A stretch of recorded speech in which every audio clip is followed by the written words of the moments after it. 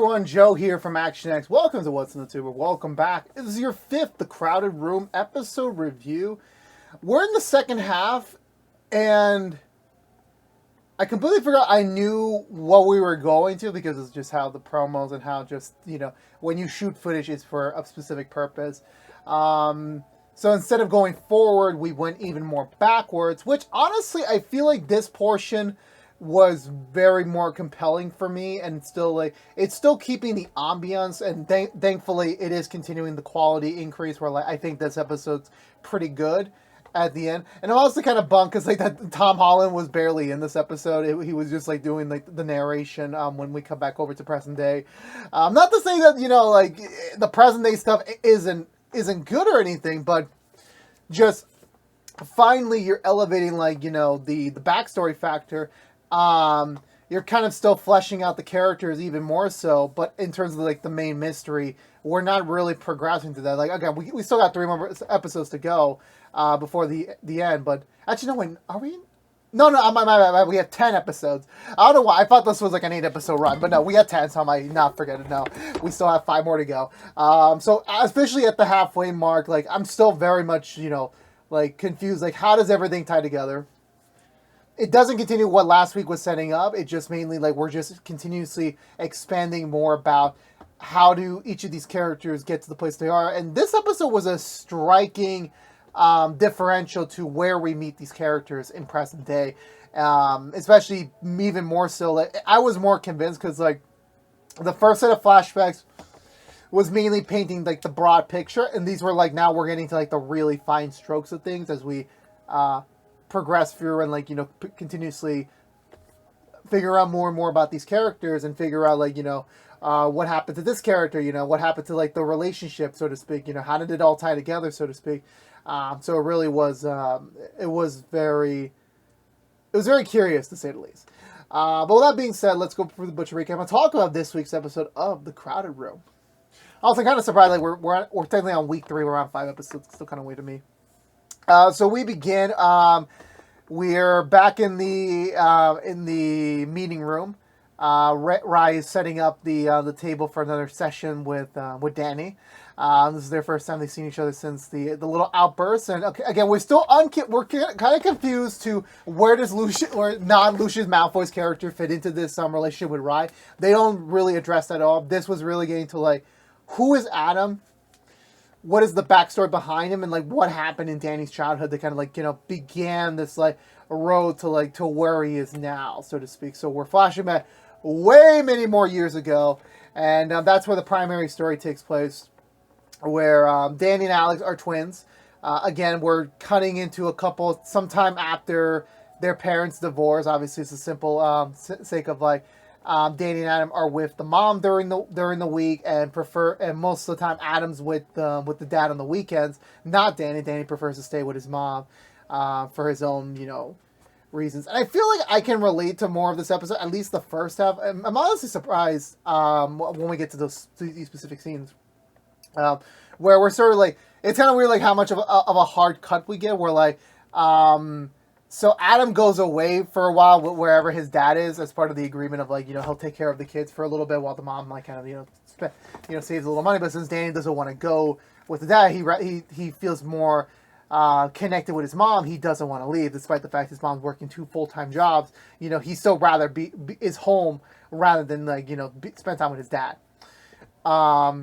And we cut to him in the school, and he's being bullied. Usually Adam's the one protecting him, kind of the only one really sticking up for him. But when he's not there, Danny's constantly bullied. Even when he is trying to be a nice person, actually giving his money away to help out a couple kids who didn't supposedly have any money to buy cookies, they immediately backstab him, make fun of him and everything. And the moment, and this is so shit. I found this so relatable where these guys literally took his money. They took advantage of his friendship, and they basically made fun of him. And then all Danny did was flip a couple stuff, and then he gets more in trouble than those guys. Which I'm come on, This is why I really hate some certain school systems. They rather go for I don't know, it's the primary person literally just gets a slap on the wrist, and that's it. You call it a day.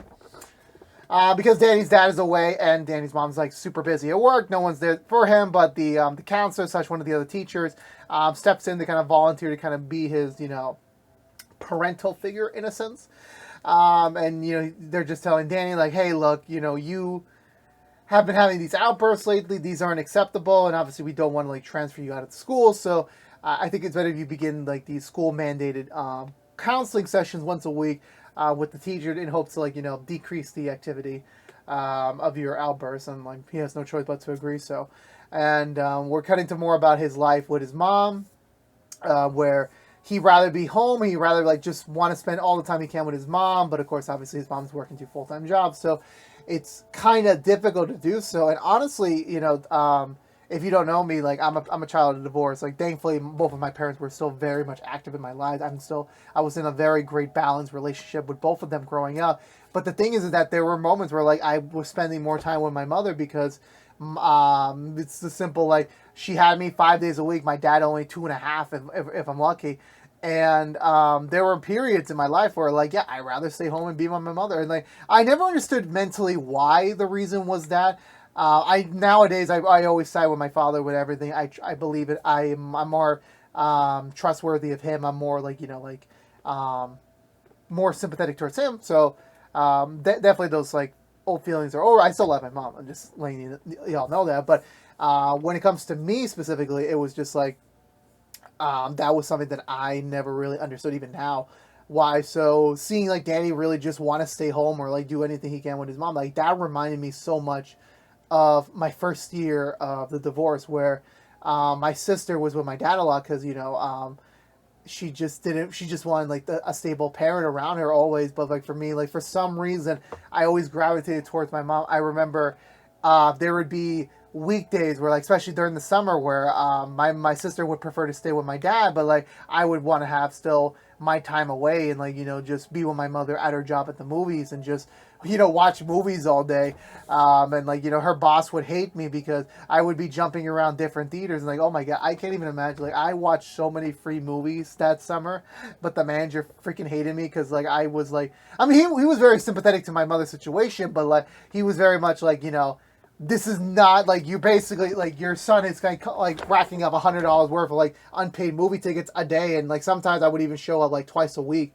So that was hilarious to say the least. It was basically my own private movie theater room or something like that. It was a little tricky though because sometimes I could only be stuck on one side of the theater and then have to go on the other side, and sometimes I have to convince the usher to like, hey, look, I'm the son of this employee. She's letting me stay here for the day, so I'm like, if you could just let me pass through. So yeah, very difficult times for me, very difficult time. But I can relate to Danny of like, he definitely just wants to be with his mom. He just wants to have like a kindred soul around him. Maybe his father never really gave him those types of emotions or feelings around when they were together. So he'd rather just be with his mom, and his mom like is generally trying her best to like raise her sons. Like, especially Danny, because like, Danny and her are attached to the hip. It's like they're a team, and like, she wants to do everything she can to provide the best for her sons, but in the reality of it, like working 2 full-time jobs and presumably paying a mortgage and like providing food and like education, clothes, I mean it can get expensive. Like I can imagine like it's stressful for her. It really is, and she's just trying to like give him at least a decent childhood, so to speak. Like even like when they go out for a car ride or just try to spend like some type of time together, even like to the point where like he basically convinces her like, hey, let me go to work with you. Let me just spend. Like, we don't have to talk. I just rather see you for 8 hours rather than, like, be at home alone for 8 hours, which I'm like... I mean, to be fair, like, if it was, like, modern day me, I'm like, well, fuck yeah, now leave me at home for 8 hours. Leave me alone, like, But back then, like, you have TV, but, like, there's only so much TV you can consume for 8 hours. And, like, like, responsibility. And, like, even, like, it's kind of similar to what I said before. Like, the bar owner was like, why are you bringing this in? This is a bar. We cannot have children in our establishment. And eventually he's just a nice dude. He's like just jacking around. And he's like, yeah, just give him a burger and a soda. At least give this kid some nourishment or something. There's just a scene of like just how the town is really, just like showcasing how time was back then where Danny's just having a burger and just drawing some coloring on a placemat, and and a group walks in. One of the guys is just being friendly with him. Like the guy's like generally just trying to make conversation because like it's not every day like you see a kid in a bar, so it's like you're just trying to be nice and like just like, you know, talk to him about like museum or art or something, and then some other racist prick comes in like trying to like, you know, say like, hey, you're not welcome here, you should get out of here, like, you know, you better get out of here before we start an issue. I'm like, bruh, like this was, I know the 80s were like a different time. I'm like, come on, like seriously, are we really gonna play these cards here? And even they get into a fight, and then eventually I guess the his mom is allowed to take him home early because just to avoid the ruckus and everything, and it's just that, honestly, like, that is just not a safe environment for a kid to be in. And, like, the bar owner was right. Like, he should not be here at all. Like, if something happens to him, especially he was that close in proximity, like, you know, definitely something could have happened to him, so to speak. We then get a scene where we meet the stepdad before he meets the mom and Danny and everything. He's working as, I want to say, a juvenile corrections officer. I'm not 100% certain, but, like, he's kind of in that, within that field. I want to say like that's kind of like the vibe I'm getting off. Eventually, he's talking to this kid who broke into his own house, but like, you know, they don't believe that he did break. It was his house, and like he was trying to like, you know, trying to connect with him, trying to like get the truth out of him. And thankfully, nothing like serious happened. This guy at the time seemed like a genuine guy, which I'm like, this is not the same piece of shit we saw in episode 1. So I'm like, I'm curious, like, how did it happen? How did we go from that to this? So eventually, we see him driving to the diner where, not the diner bar that Danny's mom worked in. They spend the whole night together. Not like that, but like they just spend the time talking to each other, especially when she's on her break. Like she's just talking to him.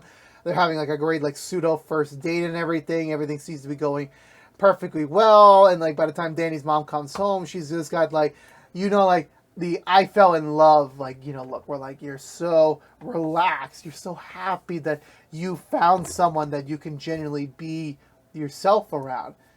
And honestly, it was like, I can feel for her because, like, you know, she's been through a lot in her previous marriage, and she just wants to, like, you know, be happy again with someone new. She even got his sunglasses as just the excuse, like, I'm going to see him again. I'm going to see this guy again. And then eventually we cut over to, like, I want to say some time later where, like, you know, she already introduced Danny to him. They seem like to have a perfectly good, like, you know, step family relationship where, like, he's, like, not even his dad, but it seems like they're kind of bonding pretty well. They're having pizza. They're doing, like, a faux driving session. It seems like the picture perfect day for Danny where, like, maybe this could be live, like, but then I'm also thinking, like, so wait, didn't Danny legit, like, was very, like, distant from him? Like, what exactly did he do, to put Danny on, like, on edge and everything? And then, like, Danny wakes up in the middle, like, that night later on, he starts walking around the house. I'm assuming this is an apartment by this point, because, like, this does not look like, I mean, it is a house, but I'm like, still, yeah, so he's walking to the house, and then he sees his mom getting fucked by the guy, like, you know, the door open, which I'm like, guys, you have a kid in the house. It's rule number 1, you shut the damn door. Like, it's literally not that hard. Like, I know you're hoarding and everything, but, like, come on, it's, like, literally one flip of the switch, and there it's like you were basically setting up for him to, like, you know, walk in on you. Honestly, it was a little bit graphic. Like, I was not expecting, like, you know, really to go, like, you know, it was like, because it's not your traditional, like, you know, it's a bed sheet over them while he's like basically humping her. It's like you literally see, like, his sweaty ass, like, I'm going too far, but he does notice that, like, he was there, he was present in the area, well, but he was still fucking her at the end of the day. We cut to the next morning where, like, it's a very seismic shift between Danny and him, where, like, Danny's just, like, trying to get out of there pretty quickly. He doesn't want any association with him, and he just wants to get to school, avoid eye contact with him, and there's also, like, his excuse is like, oh, Adam comes home today, so he's already going to be, like, you know, getting straight to the bus, which, you know, they do meet up in the bus. They start to re-catch up a little bit. The dynamic continues where, like, Adam's basically his guardian, basically his protector, whatever does happen. And then we get to school where it's kind of like, I guess it's show and tell or something like that, where Danny, like, shows this guy to London that his dad's, like, you know, now obviously we know his dad went to London, and, like, you know, this is like he started a travel agency down there, and the goal is, like, one summer Danny's going to go out there and, like, you know, spend the whole summer with him, go to every place that's in the book together. It's like, you know, kind of like a father-son, you know, bonding trip, but no one really gives a shit about that, which I'm like, dude, if that was me in that car, I'd be, wow, you're going to go to London? That's so freaking cool. And, like, no one literally applauds. Even, like, the teacher was, like, giving, like, a pity, like, okay, You can go back to your seat. You can go back to the seat.